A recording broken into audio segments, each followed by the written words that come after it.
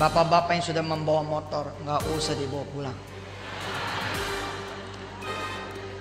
Emangnya nggak bosen ente yang pakai motor melulu? Bosen dong. Ilmunya sudah ada. Kalau kita ngasih motor, paling kagak kita dapat Kijang tahun 2000. Paling kagak kita dapat Xenia dah, ya. Tahun 2000 paling kagak itu. Paling kagak. Motor berapa dijual? 7 juta. Kalau dikali 10, 70. La ilaha illallah Muhammadur Rasulullah. Nggak percaya, kafir. Nggak percaya, kafir. Tidak jadi sedekah motor, bodoh. Ya bodoh dong. Hanya menyerahkan malam ini, insya Allah besok atau setelah telatnya. Tergantung husnuzon kita sama Allah, maka mobil itu betul-betul akan turun.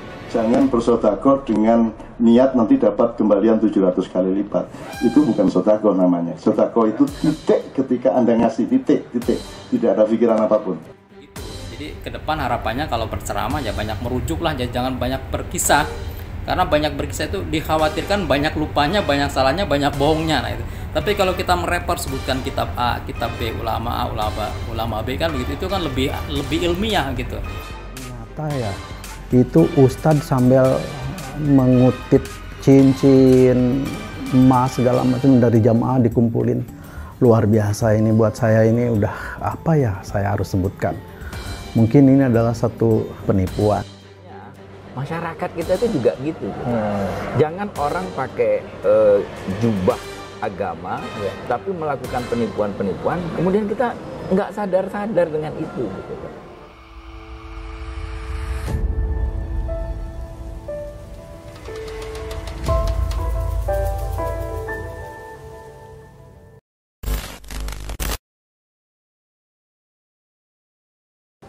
Assalamualaikum warahmatullahi wabarakatuh.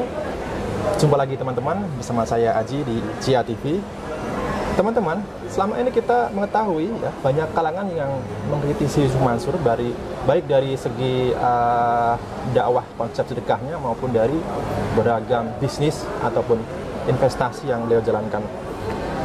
Dan mereka yang mengkritisi itu juga bukanlah orang sembarangan ya. Di antaranya itu mulai dari wartawan, ada dari akademisi, pendakwah juga. Sebut saja Cak Nun pernah mengkritik mengenai konsep sedekah, niat keduniaan, berharap kembali berkali lipat. Kemudian ada lagi tesis tentang konsep sedekah Yusuf Mansur ini oleh mahasiswa UIN Raden Intan Lampung bernama Nur Hidayah. Kemudian ada Dr. Supandi mengenai ceramah-ceramah Yusuf Mansur, jarang sekali menuju kitab-kitab rujukan ulama-ulama terdahulu. Kemudian ada Gus Sahal mengkritik Yusuf Mansur mengenai miskin kurang ibadah. Kemudian ada juga Gus Umar mengenai Yusuf Mansur yang menyinggung bahwa tahun lalu mengatakan tidak mudik mendapat Lailatul Qadar. Bahkan sampai mengatakan Gus Umar, Yusuf Mansur belajar di mana? Dan juga jika ulama semua seperti Yusuf Mansur maka sesat negeri ini. Nah, ada juga buku yang ditulis oleh Pak Darso Arif berjudul 1001 Dusta Paitren, menebar cerita fiktif menjaring harta umat. Kemudian ada lagi Pak Heri Muhammad Yusuf berjudul Yusuf Mansur Obong. Kemudian Ustadz Tabrani Sabirin ya menuliskan buku berjudul Yusuf Mansur Menabur Kesesatan ya. Di HP saya ini ada sebuah buku baru masih berbentuk file PDF atau e-book. Buku ini berjudul Jangan Bodohi Umat Melalui Sedekah ya. Buku ini tentunya juga merupakan kritikan kepada Yusuf Mansur. Buku ini berisi 351 halaman dan ada beberapa judul materi bahasan ya mengenai sedekah, konsep-konsep sedekahnya. Dikarang oleh Bapak Dr. Erwan ya, diterbitkan oleh Yayasan Pustaka Tamrin Dahlan. Nah, alhamdulillah suatu kehormatan bagi saya diberi kesempatan untuk berjumpa langsung dengan penulis buku ini. Langsung saja kita sapa beliau. Assalamualaikum Pak Erwan. Waalaikumsalam warahmatullahi wabarakatuh. Pak Haji, apa kabar? Ya, apa kabar? Sehat Pak? Alhamdulillah sehat. Oke Pak, saya sudah membaca Pak. Ya mungkin tidak sampai selesai karena banyak sekali. Nah, mungkin bisa dijelaskan Pak, awal ketertarikan Pak Erwan ya untuk menulis buku ini bagaimana awalnya Pak? Ya, baik. Terima kasih Mas Haji ya. Saya juga ya. sebetulnya kita prihatin ya, prihatin ketika beberapa waktu yang lalu itu heboh gitu ya, heboh tentang apa yang dilakukan oleh YM gitu ya, sedemikian rupa ya, melakukan apa cara-cara katanya sih berdakwah ya, sebetulnya tidak berdakwah gitu ya, tetapi justru menimbulkan masalah gitu ya, menimbulkan masalah di tengah umat, khususnya umat Islam. Nah, pertama saya dari sejak awal saya sudah melihat tingkah laku yang kurang baik dari orang ini. Ketika pertama muncul gitu ya, saya sudah tidak melihat sesuatu yang bisa diambil dari orang ini gitu. Lalu dalam perjalanan waktu makin heboh gitu ya. Saya terpanggil dari situ gitu ya. Terpanggil ini kok sampai sedemikian rupa gitu. Kok sampai masuk pengadilan ya, sampai kemudian umat jumlahnya banyak sekali ya, bahkan katanya ribuan gitu ya, ribuan orang. Tanda lah ya, saya mengatakan itu tertipu ya, tertipu. Nah, dari situ sebagai seorang muslim gitu ya, kita itu kan diminta untuk amar ma'ruf nahi mungkar. Ya. Apa yang bisa saya lakukan? Yang salah satunya ya menulis gitu ya. Saya menulis buku ini ya, mudah-mudahan niat amar ma'ruf nahi mungkarnya ini kan mencegah ya, mencegah dari orang agar tidak berbuat mungkar ya. Dianya untuk tidak berbuat mungkar ya toh? Dan masyarakat itu terlindungi gitu ya. Masyarakat itu tercerdaskan. Makanya judul bukunya Jangan Bodohi Umat. Berarti kan ada yang dibodohi gitu kan. Ya, ada yang dibodohi. Kenapa dibodohi?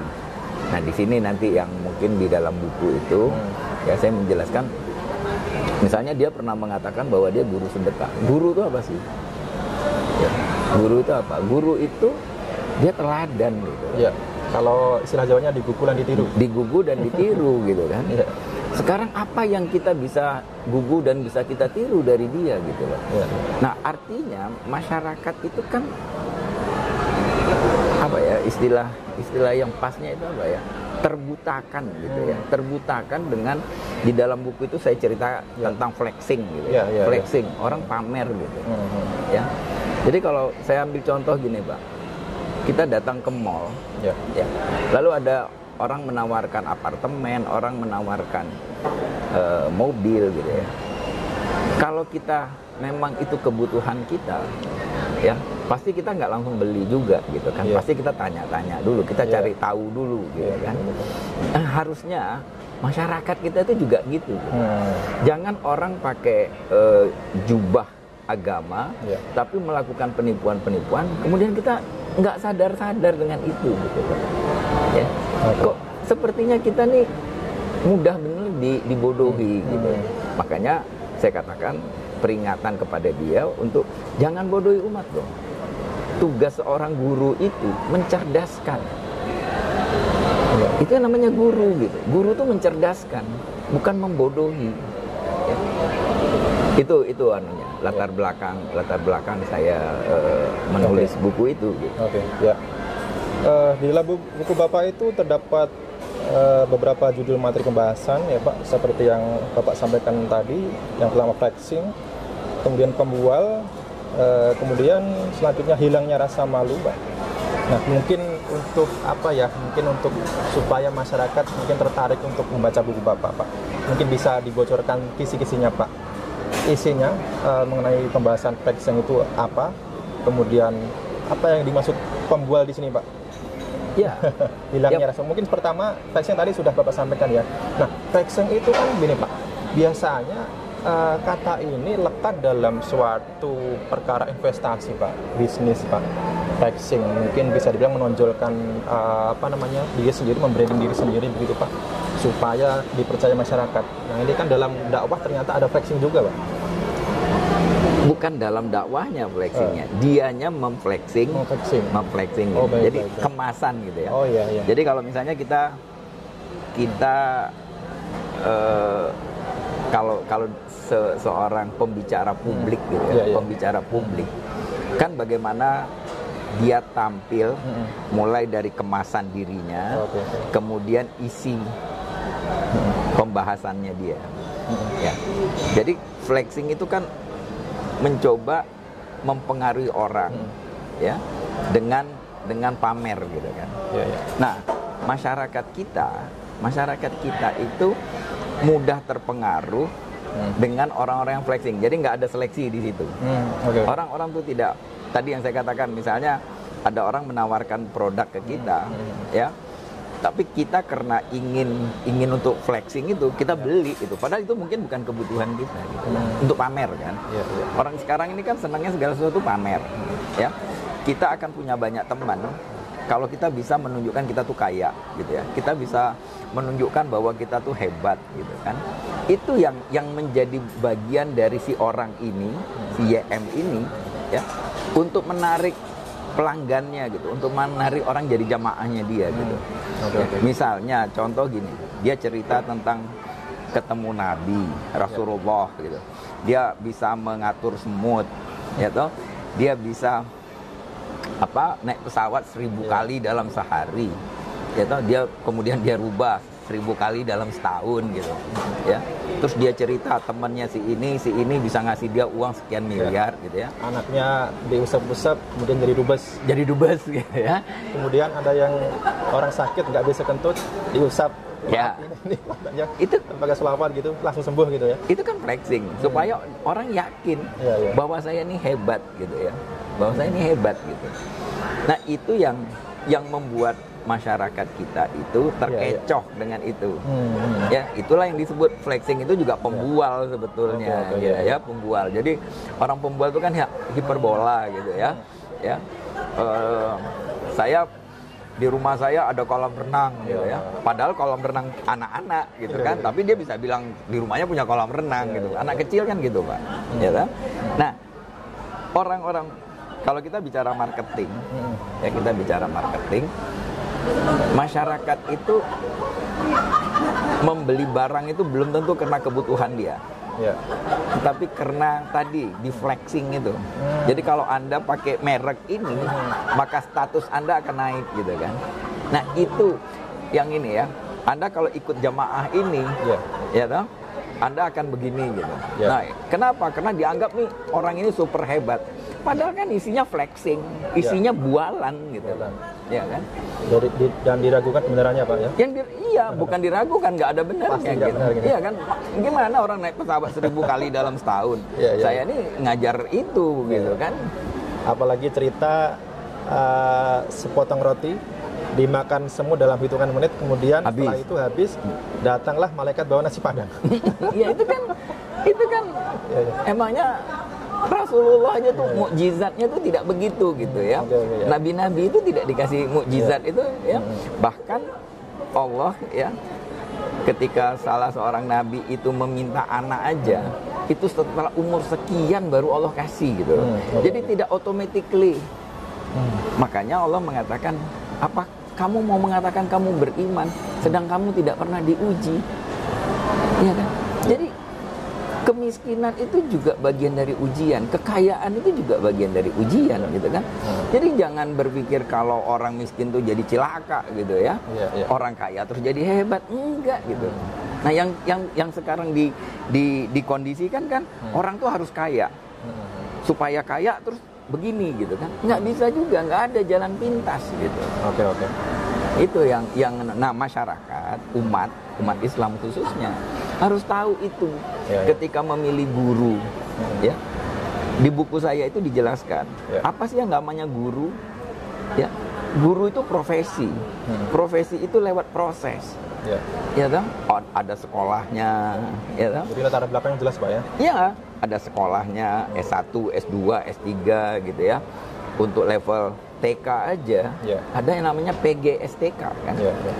Jadi nggak bisa semua orang mengatakan dirinya guru, nggak bisa orang bisa satu ayat kemudian mengatakan dirinya ustadz gitu kan. Nah, masyarakat harus tahu itu, umat harus tahu itu. Nah, itulah yang menjadi keprihatinan kita saat ini, Pak, karena media-media sekarang ini khususnya TV ya, itu mudah sekali ya menampilkan sosok yang disosokkan sebagai ustadz, padahal ilmunya ya mungkin masih bisa diragukan begitu Pak ya? Betul ya, Pak. Ya, jadi itu tadi dengan flexing itu, dengan flexing itulah dia jualan. Ya. Saya supaya Mas Haji katakan hebat, saya ketemu Mas Haji pakai Mercy. Kira-kira Mas Haji kagum nggak sama saya? Gitu? Kagum kan? Padahal tuh Mercy saya pinjem misalnya kan.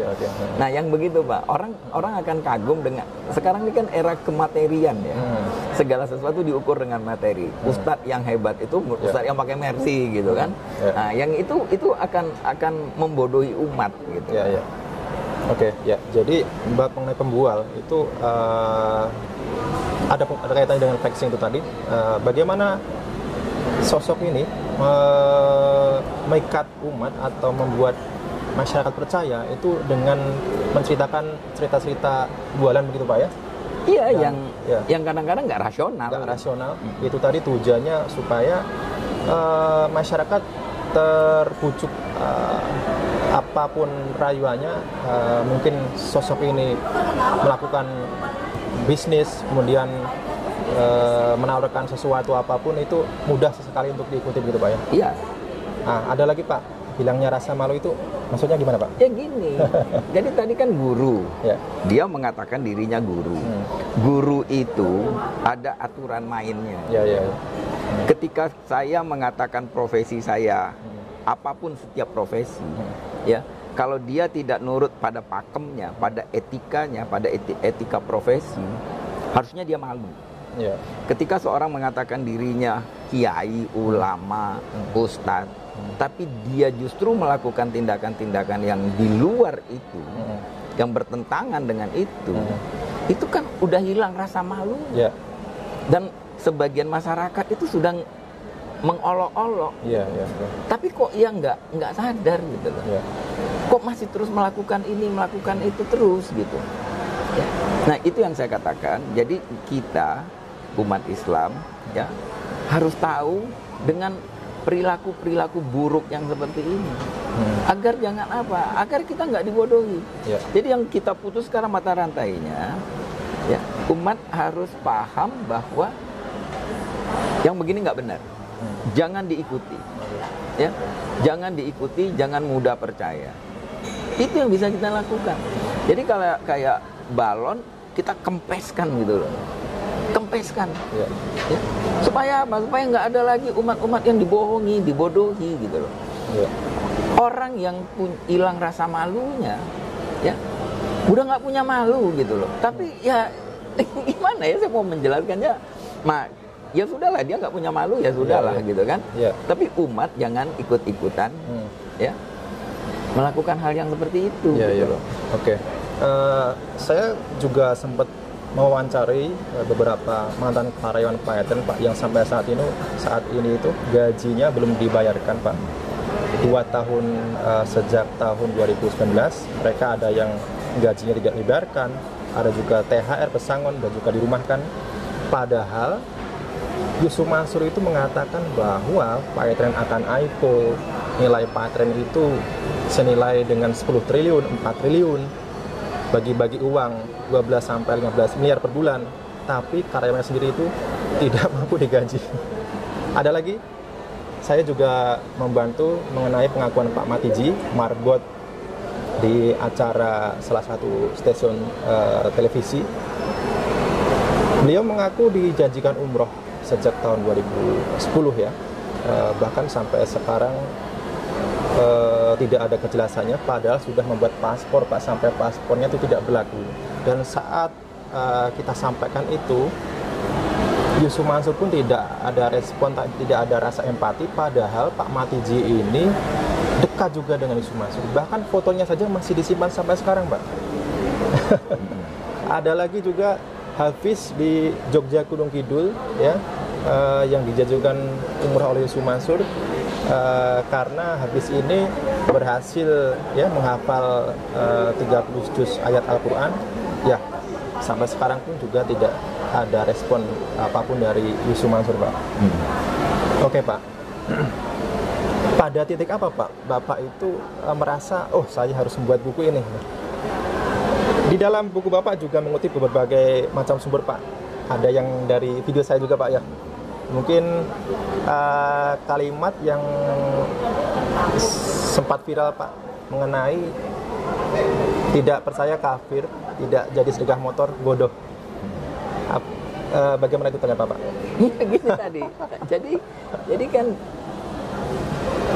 ketika seorang punya profesi, ya ketika seorang berada dalam satu profesi, maka dia akan menjaga etika, etika profesi, ya kan? Nah sekarang, ya seorang yang mengaku dirinya ustadz, ya, dia kan harus menjaga etikanya, karena etika itu kan tidak terlepas antara individu dengan profesinya, ya, maka dia harus bisa memilih kata yang tepat, ya. Dia harus bisa menjaga. Kenapa? Karena itu anunya dia gitu loh. Jiwa orang yang benar itu kan terletaknya di situ. Orang yang saya ingin mengatakan ginilah, ya. Allah itu memberi kita pilihan, ya. Baik, tidak baik, ya. Boleh, tidak boleh, gitu kan. Untuk kita memilih baik dan tidak baik ini, Allah memberi kita apa, Mas Haji? Menurut Mas Haji apa? Memberi kita akal, Pak. Indra dulu, Indra, kan? Iya. Indra dulu. Ya. Ini teh ini akan enak atau tidak enak, ya? Boleh atau tidak boleh? Dia enak, Mas Haji. Tapi kalau orang penyakit gula kan nggak boleh. Betul. Itu baru akal kan di situ. Ya, oke. Iya kan? Jadi kalau mau diminum ya silakan, tapi kalau orang gula ya mikir aja gitu kan, ya kan, mikir aja. Jadi kita dikasih pilihan, kemudian pilihan itu dianukan oleh indera kita, kemudian kita pikirkan, keputusannya pada hati gitu kan. Ya. Nah, sekarang ketika dia mengatakan tadi bodoh dan sebagainya itu, ya kita lihat dari sisi anunya dulu lah. Ya, umat ya. Umat ini kan harusnya bisa melihat itu. Satu kali saya ikut pengajian, 2 kali saya ikut pengajian, atau saya nonton atau apa, kita udah punya pilihan itu. Ini orang boleh saya ikuti atau saya tidak harus ikuti. Ya, kebenaran orang ini harus kita udah curiga. Nah, itu yang harus kita tanamkan kepada umat kita. Jadi orang yang kita bisa percaya, akhirnya kita pilih. Yang tidak bisa kita percaya, ngapain kita ikuti kan gitu. Iya kan? Nah dari situ, dari sisi si pelaku gitu. Dari sisi si pelaku itu tadi etika profesi kan. Ya. Dia tahu nggak yang baik, yang tidak baik, yang boleh tidak boleh disampaikan. Jadi ketika dia berbicara publik ya, di depan publik, dia harus keintelektualannya itu harus muncul gitu. Ya, jangan kita pakai bajunya 100 juta gitu ya, tapi omongan kita nggak sesuai dengan apa yang kita kemas ya, intelektual kita nggak muncul dan sebagainya ya. Jadi dia juga tidak berarti kan tidak bisa memilih ya mana yang boleh, mana yang tidak boleh disampaikan gitu. Itu terkait mungkin bisa dikatakan adab Pak ya. Adab, betul. Etika tadi saya katakan, etika kan. Jadi terakhir itu saya malah dengar bahwa ada gimmick katanya. Oh, gimmick. Sandiwara begitu ya. Ya gimmick itu apa ya kalau kita makan ya cemilannya lah gitu, anunya lah gitu ya, ekstranya gitu. Dakwah itu nggak pakai gimmick loh. Iya. Iya kan? Dakwah itu menyampaikan kebenaran. Iya kan? Nggak pakai gimmick-gimmick. Kalau mau gimmick-gimmick, Anda jadi komika gitu loh. Jangan jadi ustadz gitu. Karena kalau Anda komika, Anda mau kasih gimmick apa aja boleh gitu loh. Ya. Dan di komika sendiri sebetulnya juga ada aturan-aturannya juga, nggak boleh sembarangan juga, nggak boleh seenaknya kita gitu. Ini dakwah loh. Ya. Kok dakwah itu ada gimmicknya gitu? Ya nggak bener dong, masa dakwah ada gimmick-gimmicknya? Kalau dia mau menarik ya, ada ustadz-ustadz lain yang misalnya dia memberi contoh, kemudian dengan contoh-contoh yang bisa menarik gitu ya, bisa orang tertawa, ya itu lain ya.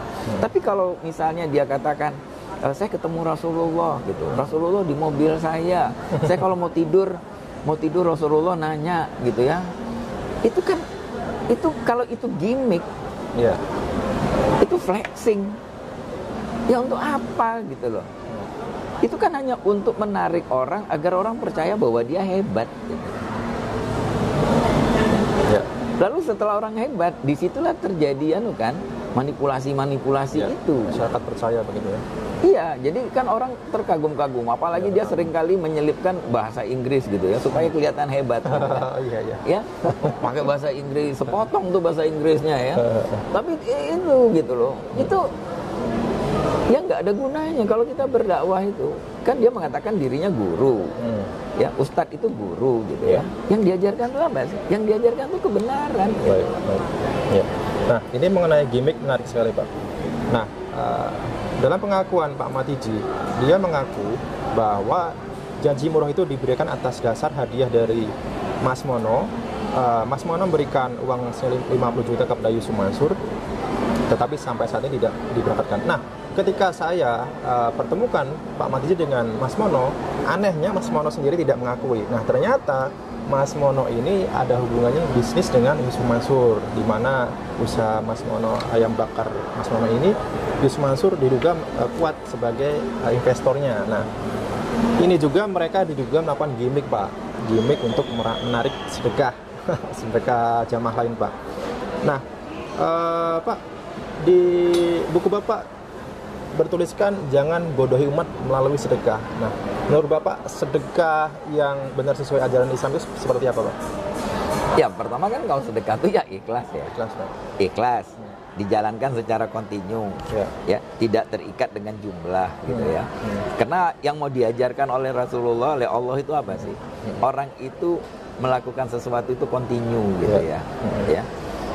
Dan ada lembaganya kan. Jadi jangan, nah ini juga harus diajarkan kepada umat. Kalau sekarang ini kan banyak sekali model-model penipuan ya. Betul. Ya, lewat yayasan, lewat apa. Yang namanya sedekah itu bisa dikatakan tidak ada yang mengambil begitu Pak ya. Itu rentan sekali dengan penyimpangan penyelewengan. Betul. Nah itu. Jadi kita jangan sampai merusak agama kita.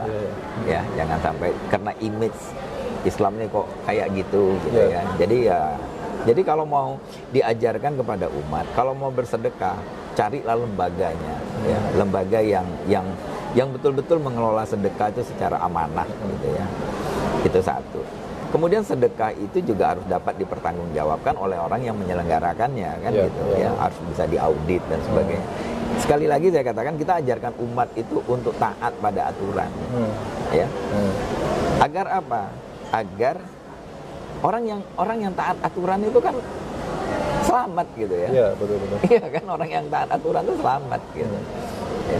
Nah, kita ajarkan Anda harus patuh dengan aturan agama, ya, aturan pemerintah gitu ya.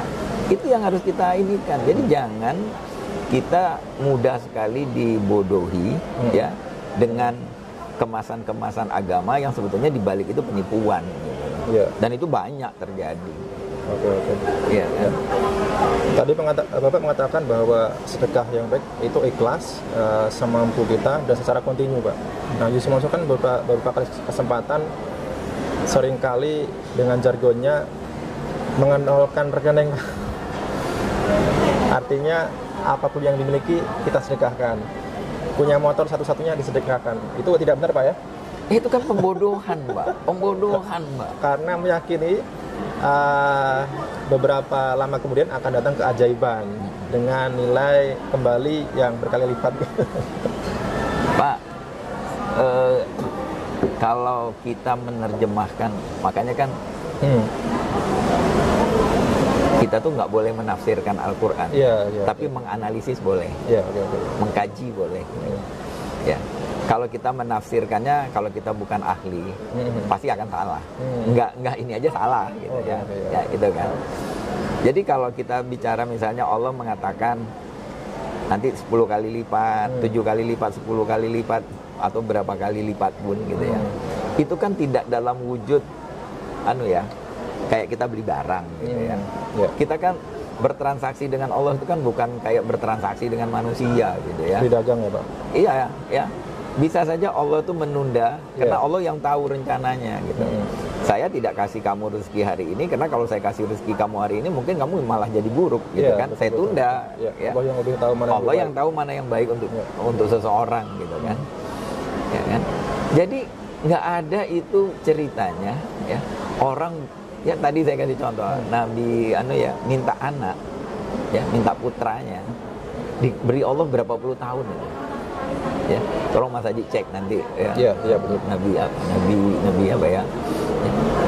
Enggak otomatis gitu. Ya. Nabi Rasulullah perang kena sabet luka loh. Tunggu saya tambahkan. Ya. Coba bayangkan Pak. Ada di dalam hadis ya. Kalau Anda sholat sunat 2 rakaat sebelum subuh, Anda menguasai dunia. Mana yang lebih banyak daripada 10 kali lipat coba? Iya kan? Anda menguasai dunia loh.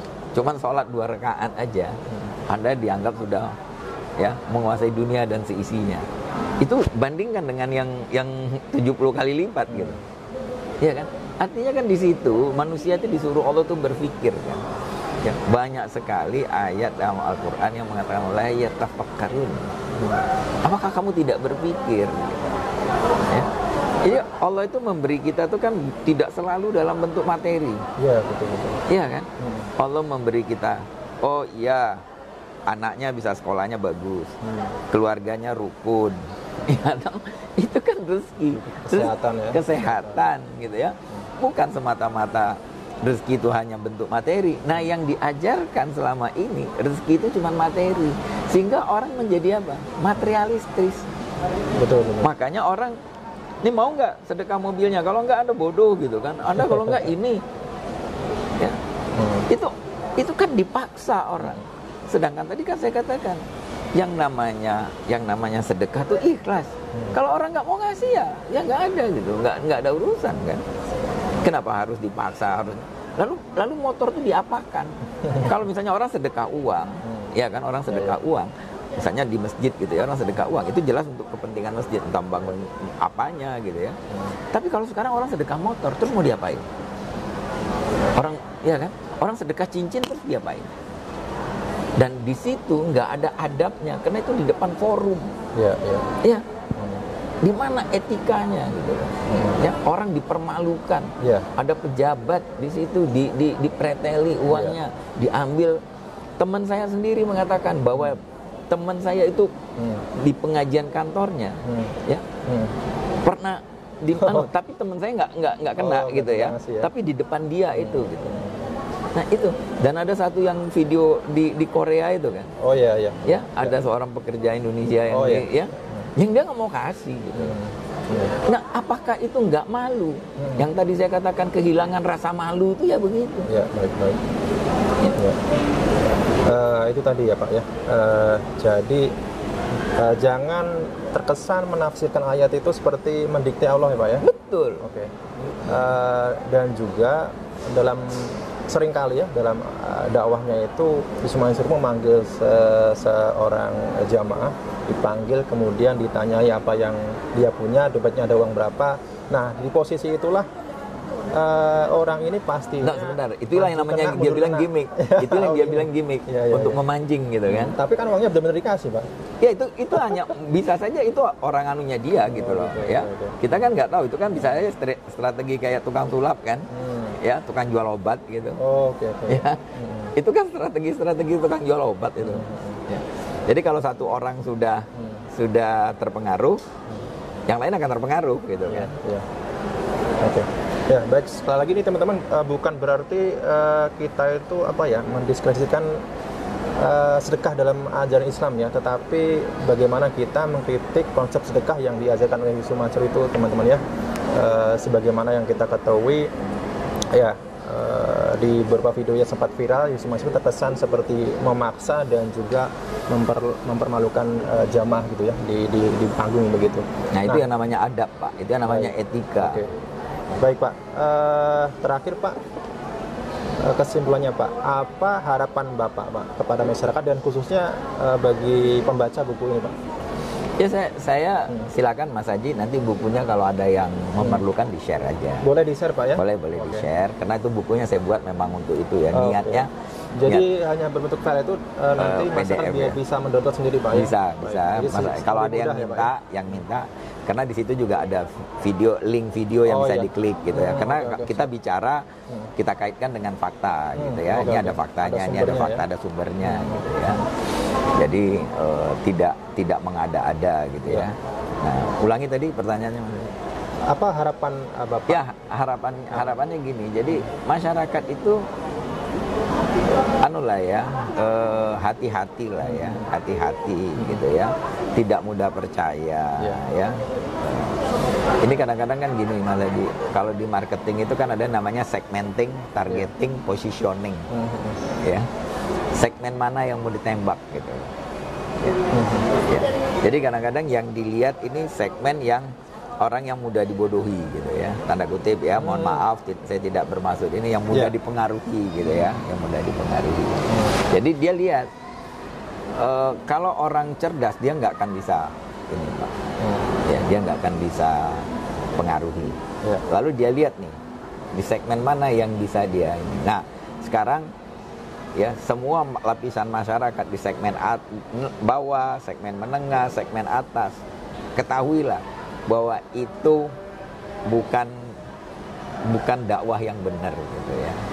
Nah, cerdaslah di dalam memilih gitu ya, memilih guru, ustadz gitu ya. Ya, jangan kemasan dia, flexingnya dia itu jangan dipercaya gitu ya. Itu flexing gitu, itu bualan gitu ya. Oke. Itu saja Pak, mungkin ada tambahan lagi Pak? Ya itu aja, jadi masyarakat, umat Islam itu hati-hati lah ya. Dan mungkin bukan cuma 1-2 orang yang begitu ya, banyak sekali model-model yang mempengaruhi dengan cara-cara yang seperti itu gitu ya. Apalagi terakhir kan ada juga itu kasusnya ya, yang di tempat lain gitu ya. Oh iya, betul. Ya, jadi hati-hati lah ya, kita dari waktu ke waktu ya umat Islam tuh harus tambah cerdas lah ya, tambah hati-hati ya, jangan mudah percaya segala sesuatu itu, harus cermat ya. Dan juga pakai akal juga Pak ya? Iya, gunakan juga akal pikiran kita, hati kita ya. Ya kita kalau beli barang kan juga harus hati-hati ya. Gitu juga kalau nerima masukan-masukan ya, untuk juga hati-hati. Baik, mungkin itu saja Pak. Itu saja tambah dari Bapak. Ya saya rasa cukup ya Mas Haji. Nah, saya berharap ke depan nggak ada lagi lah ya kasus-kasus begini. Kalau dia mau melakukan itu, ya itu terserah dia. Tapi kita yang sudah ini nggak umat Islam tuh nggak mau lagi lah ngikut yang seperti itu. Oke. Ya, terima kasih Pak. Sama-sama Mas Haji. Saya juga senang. Yuk Mas Haji. Semoga bermanfaat. Ya, dan semoga buku ini bisa menjadi amal untuk Bapak. Amin. Teman-teman, saya ulangi lagi, jika teman-teman tertarik untuk membaca buku ini gratis Pak ya.